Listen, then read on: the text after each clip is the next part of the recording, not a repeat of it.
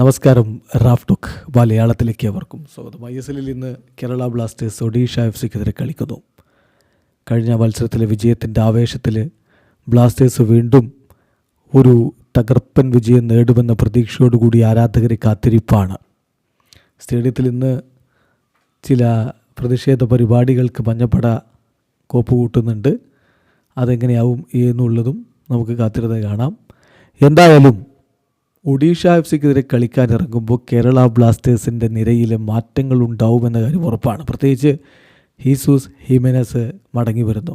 ഹീസൂസ് ഹിമെനസ് വരുമ്പോൾ, ഗോളടി വീരൻ മടങ്ങി വരുമ്പോൾ അദ്ദേഹത്തെ കളിപ്പിക്കാതെ തരമില്ലല്ലോ, അദ്ദേഹത്തെ കളിപ്പിച്ച് പറ്റൂ. സോ കോമെ പെപ്ര പുറത്തിരിക്കാനുള്ള സാധ്യത നമ്മളവിടെ കാണുന്നുണ്ട്. പിന്നെ മിലോസിന് റെഡ് കാർഡാണ് സെൻറ്റർ ബാക്കിൻ്റെ റോളിലേക്ക്. അപ്പോൾ കോയഫ് എത്താനുള്ള സാധ്യതയാണ് നമ്മൾ കാണുന്നത്. ഡാനിഷ് ഫാറൂഖുമില്ല. സോ വിപിൻ ഫിറ്റാണ്. സോ ഇങ്ങനെയൊക്കെയുള്ള മാറ്റങ്ങളെ ഇന്നത്തെ കളിയിൽ നമ്മൾ പ്രതീക്ഷിക്കുന്നുള്ളൂ. ബ്ലാസ്റ്റേഴ്സിനെ നമ്മൾ പ്രതീക്ഷിക്കുന്ന 11 എന്ന് പറയാം. ഗോൾ കീപ്പറായിട്ട് സച്ചിൻ, ഡിഫൻസിൽ നവോച്ചയും അതുപോലെ ഡോലിങ്ങും ഇരു പാർശ്വങ്ങളിലായിട്ടുണ്ടാകും.